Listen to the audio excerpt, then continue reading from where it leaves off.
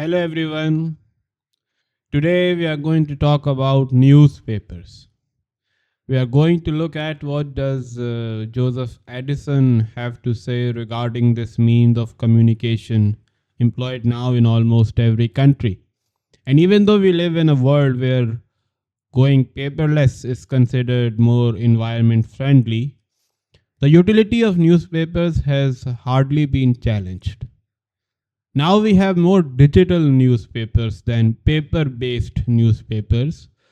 But if we want to authenticate a claim that we might have heard on social media, where fake news are so common, we usually open up a website of an authentic newspaper to confirm the claim. Now, as I said earlier, we are going to focus on Addison's essay on the newspaper to underscore the importance of this English Socrates in transforming the culture of the periodical newspapers. We all know that he is famous for his contribution in daily publication of an evening newspaper called The Spectator. But before going on to The Spectator, I will labor a bit upon the history of English newspapers very briefly, so that Addison's contribution can be contextualized, and furthermore, it would help us understand why he is still remembered as an innovator, an original thinker who gave us the blueprint for the newspapers lying in our homes today. In many countries today, newspapers are heavily influenced by the government policies regarding the media, through which news is spread amongst the public. Now, the focus has turned more towards TV channels, and one recent example would confirm this influence. Qatar based TV channel with the name of Al Jazeera is now banned from reporting from Israel because it is considered a threat to its security. So, usually, the governments consider it their task to control the spread of information. In the same way, we often find newspapers termed as right wing or left wing. All in all, whenever we talk about newspapers, we must also talk about government. This also remains the case as far as the history of English newspapers is concerned. In the 16th century, news in England was circulated amongst the public in something called relations. They were irregular publications focusing only on what the kings or queens did, the battles they were fighting, or some treaties that they have signed. As can be seen just by the content of these relations, that the government decided what could be published, mostly for the purposes of propaganda. Then, in the 17th century, we have a watershed moment in 1618. The upcoming Holy Roman Emperor thought that Catholicism should be imposed in places where Protestantism was gaining ground. But the nobles reacted back violently.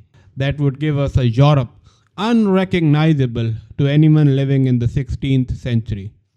Interestingly enough, a Star Chamber decree of 1586 forbade the publication of news in England. Therefore, in the 17th century, we have for the first time news periodicals called Corantos that were published abroad in English and distributed in England. We all know what they were talking about all the time during the 17th century. The 30 Years' War, right? In 1621, the first Coranto was printed in England finally, and its title reads, quote open, Corante, or News from Italy, Germany, Hungary, Spain, and France, quote close. As the temperature came down on the continental level, in England the parliamentarians stood up against the king, and in 1640 a full-blown civil war broke out. As the war became more bitter, the Corantos, that only had one sheet printed on both sides, were transformed into pamphlets and were called news books. From 8th January 1643, the news book working as propaganda for the king called Mercurius Aulicus started its publication. As a response, the other side came up with its own news book called Mercurius Britannicus. both named after Mercury, who was a messenger of the gods in classical antiquity. Finally, in 1660, Charles too was restored to kingship. He realized what effect news books can make amongst the public. Therefore, he passed the Printing Act in 1662. It specified that every publication must be licensed before printing. In simple words, only those works could be published that were approved or liked by the king. But it could not be enforced properly, and finally it lapsed completely in 1695. Side note: we must keep the date of 1711 in our mind when the Spectator started its publication in this history, and how gradually the social and political conditions were preparing Addison to latch on to the opportunity. 11th March 1702 is the date that every newspaper reader should keep in mind. On this day, for the first time in England, we have the publication of the first English daily newspaper called the Daily Courant. It appeared in the morning. Since the public was still thirsty in the evening for news, so in 1709, we have the first publication of the evening newspaper called the Evening Post. In 1709, we also have the publication of the Tatler, which was the forerunner of the Spectator. It was published by Addison's lifelong friend Richard Steele, who then later collaborated with Addison to set up the Spectator. That was like a very brief snapshot of the evolution of newspapers in England. It can be seen in this history that the newspapers contained mostly content related to foreign affairs and political propaganda. But the appearance of dailies points to the fact that people were actually interested in knowing more than just what was happening in Italy or France. More and more people were becoming educated and had learnt to read. Therefore, the reading public, which was before restricted to the elite class, was now wider, and consequently, there was a higher demand for these daily newspapers. Both Addison and Steele had studied together at Oxford. They were also in touch with the leading minds of their era like Jonathan Swift and Alexander Pope. Now, for a second, put yourself in Addison's shoes. The Licensing Act has lapsed, and the reason it lapsed had something to do with the increase in the reading public who wanted to educate themselves genuinely. And then obviously there was this other kind of reading public who just wanted to earn money through these publications, no matter what the news.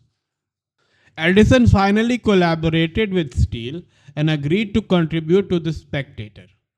But it would not be a standard periodical filled with political events and intrigues of foreign affairs. Rather, as he himself explained, that he is attempting to enliven morality with wit and to temper wit with morality. His aim was moral didactic. He wanted to morally enlighten people. He wanted that his readers recover from the desperate state of vice into which the age has fallen. It gave him incredible pleasure that he was fulfilling the same task as that of the gadfly of Athens. He had become the Socrates of the 18th century. Socrates was known to have brought philosophy to earth from the heavens.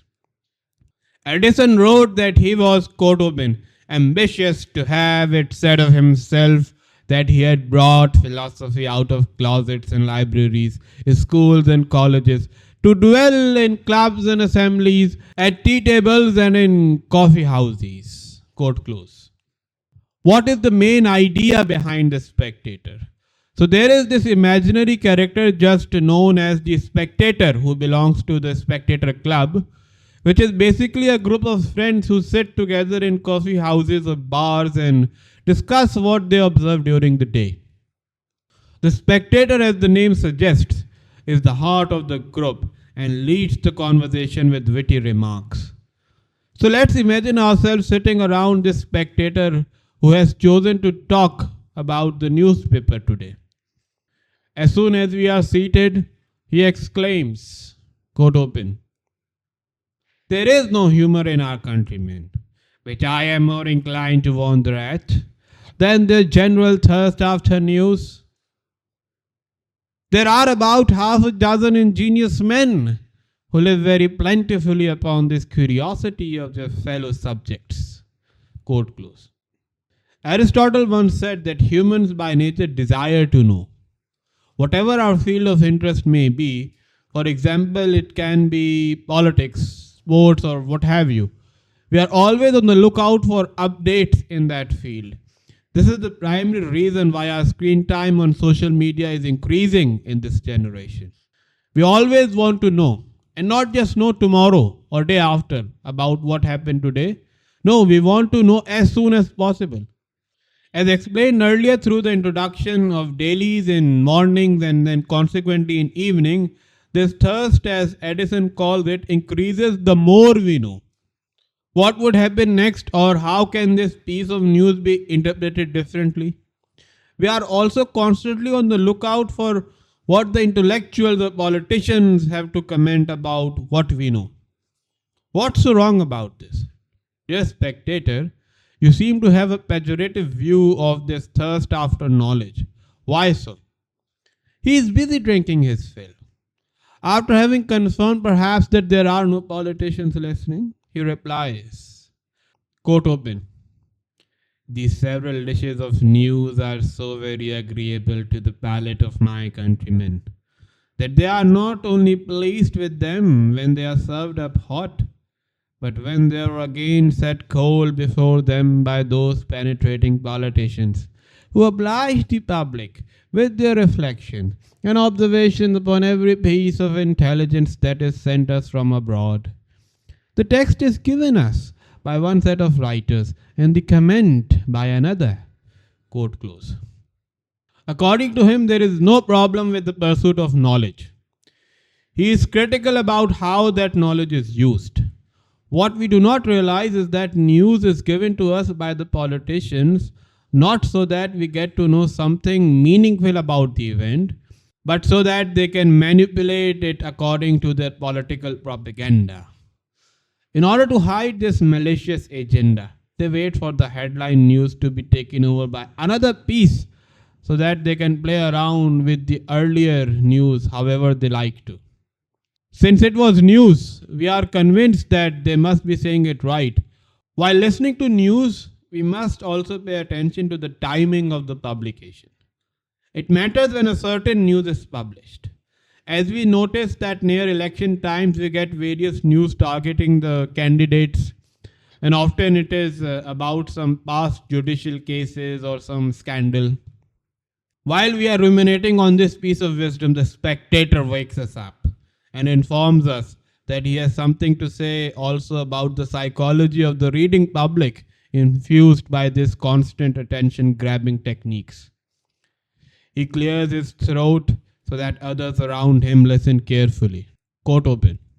But notwithstanding, we have the same tale told us in so many different papers, and if occasion requires, in so many articles of the same paper.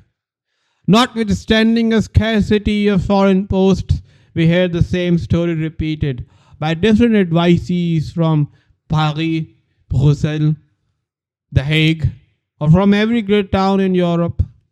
Notwithstanding the multitude of annotations, explanation, reflections, and various readings which it passes through, our time lies heavy on our hands till the arrival of a fresh mail. We long to receive further particulars, to hear what will be the next step, what will be the consequence of that which has been lately taken. A westerly wind keeps the whole town in suspense and puts a stop to conversation. Quote close. Politicians may be wrong in doing what they are doing, but there seems to be a fault in the reading public as well that the spectator wants to highlight. All these different interpretations and analyses given by the supposedly well suited, well read journalists or politicians sell so much because we want to read them or listen to them. In today's age, we can find its equivalent in the form of vlogs. One needs only a mobile phone to say whatever one wants, and if it is spicy enough, not mind you true enough, it sells. Our mind likes suspense. In such a state, we are always waiting, and as soon as the other news arrives, It does not satisfy our state of suspense. It actually increases it. What next? That is the question that keeps us on our toes all the time. What next? We are so busy predicting and expecting news that we forget to act. We forget to care for our loved ones. We consider knowledge of some obscure news to have more value than passing time with our family on the seaside. Even if we decide to spend time with our closed ones, our minds are running wild with frustration that we might have missed something in the news bulletin. So, what are you suggesting, my friend? We should stop reading newspapers? You are an Oxford man. You know the importance of reading, and it is suggested that the more we read, the more we know.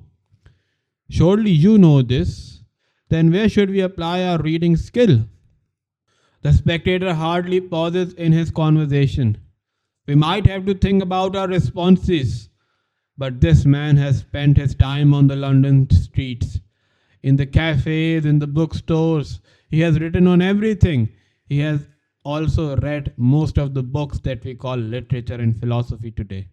Therefore, with a calm demeanor, he would lean back in his chair and reply, quote open, why should not a man who takes delight in reading everything that is new apply himself to history, travels, and other writings of the same kind, where he will find perpetual fuel for his curiosity and meet with much more pleasure and improvement than in these papers of the week?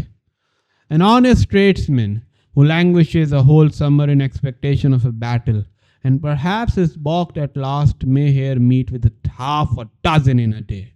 He may read the news of a whole campaign in less time than he now bestows upon the products of any single post. Fights, conquests, and revolutions lie thick together. The reader's curiosity is raised and satisfied every moment, and his passions disappointed or gratified without being detained in a state of uncertainty from day to day, or lying at the mercy of sea and wind. In short, the mind is not here kept in a perpetual gape after knowledge, nor punished with that eternal thirst which is the portion of all our modern newsmongers and coffee house politicians. Quote close. If history does not repeat itself, it at least rhymes. The political and social upheavals that we read about in the newspapers are nothing new. The actors may change. Today, something that is happening in England, we find tomorrow happening in France. So the countries might change, which would obviously change the response from the governments and the public. But while all this is happening, if we get stuck in petty details of each and every event, then we are deliberately getting ourselves trapped by these dailies.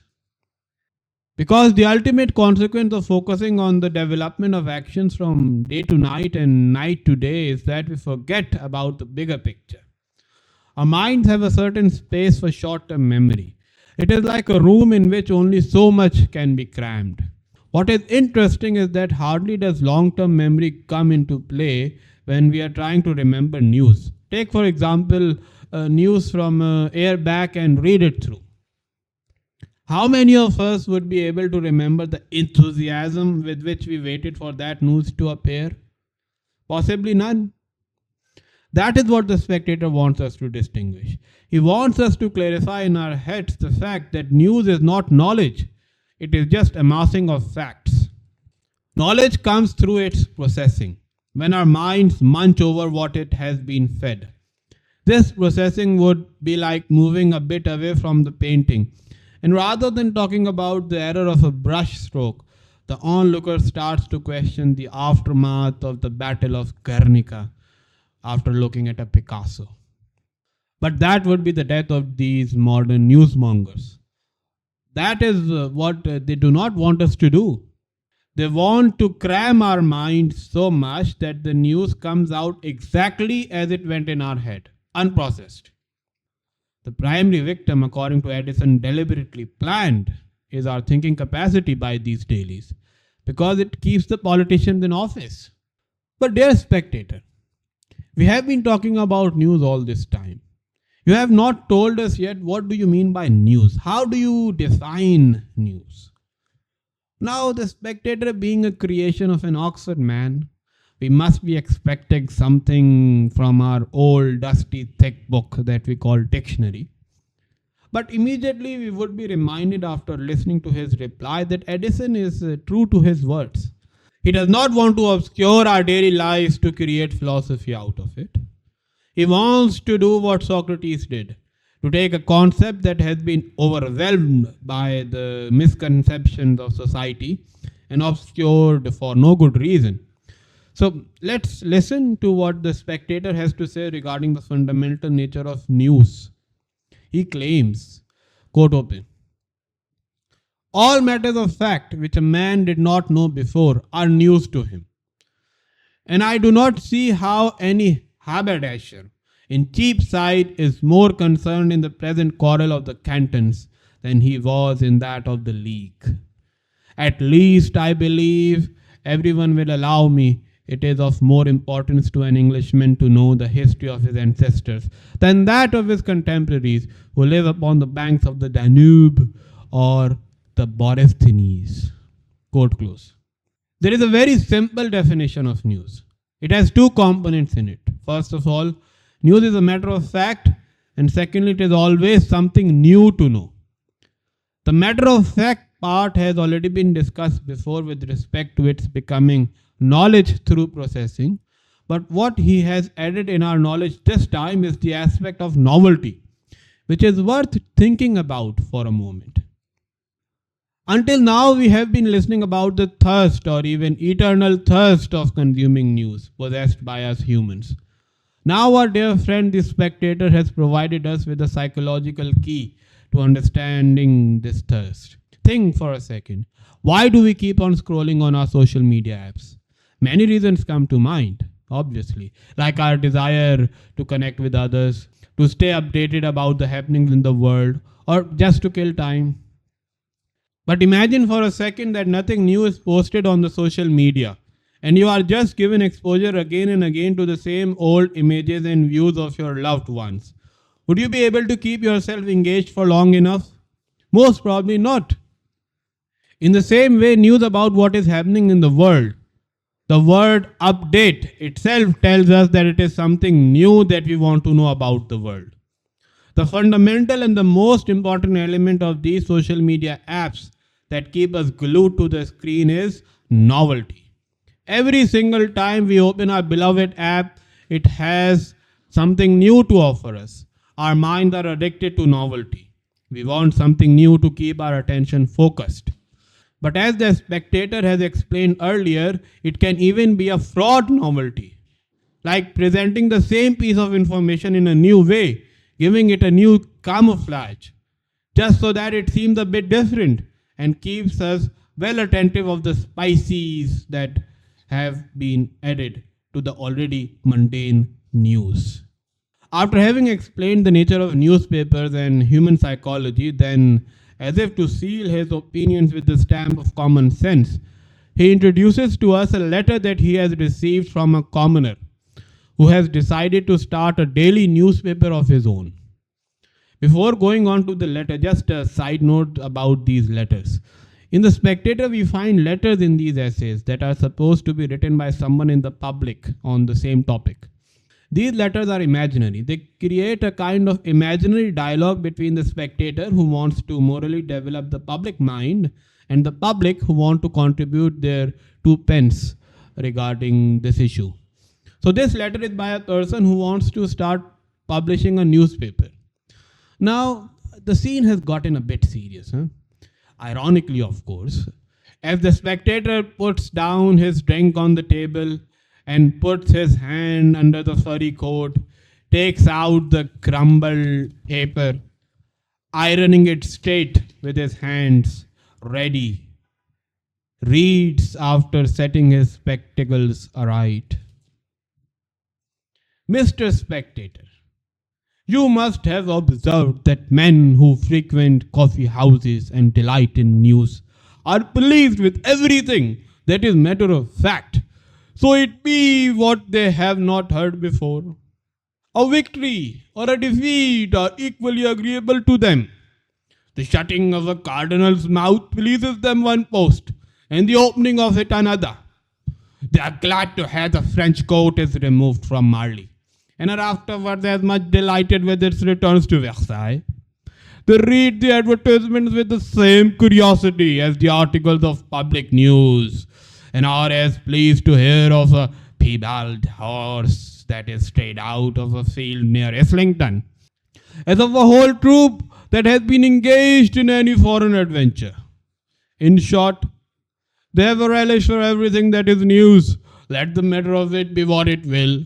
Or to speak more properly, they are men of a voracious appetite but no taste. Quote close. In this letter, the themes of novelty and matter of fact are continued. We can almost see the spectator giving us a side glance to verify that we do not have any disagreements with him, because what he thinks is nothing other than what the public thinks. At the same time, he would also give us some caution that though this correspondent understands the nature of human psychology well, but look to what purpose he uses this knowledge, that they are men of voracious appetites but no taste.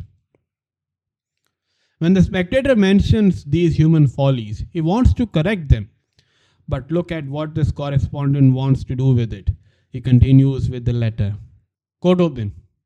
I have thoughts of publishing a daily paper which shall comprehend in it all the most remarkable occurrences in every little town, village, and hamlet that lie within 10 miles of London, or in other words, within the verge of the penny post. Quote close. He wants to make economic profit out of it. He is a rhetorician, a Gorgias, who is in dialogue with Socrates, the Spectator. We find all throughout the essays in the Spectator the underlying theme of conflict between Socrates and his enemies in various colors. Sometimes it deals with politics, sometimes rhetoric, sometimes poetry. We have it all over again in these wonderful essays that are a delight for mind. Just as the last laugh, as the Spectator wanted it to be, I leave you with some of the news that this person says in the letter he would like to include so that it sells well. The Spectator now has weird tone. He is furious and mocking at the same time. Quote open. Letters from Paddington bring little more than that William Squeak, the soak elder, passed through that place the 5th instant. They advised from Fulham that things remained there in the same state they were. They had intelligence just as the letters came away of a tub of excellent ale, just set a brooch at Parson's Green. But this wanted confirmation. Quote close. We need the Spectator revived today so that we can sift through the real newspapers from fake ones. Thank you, everyone.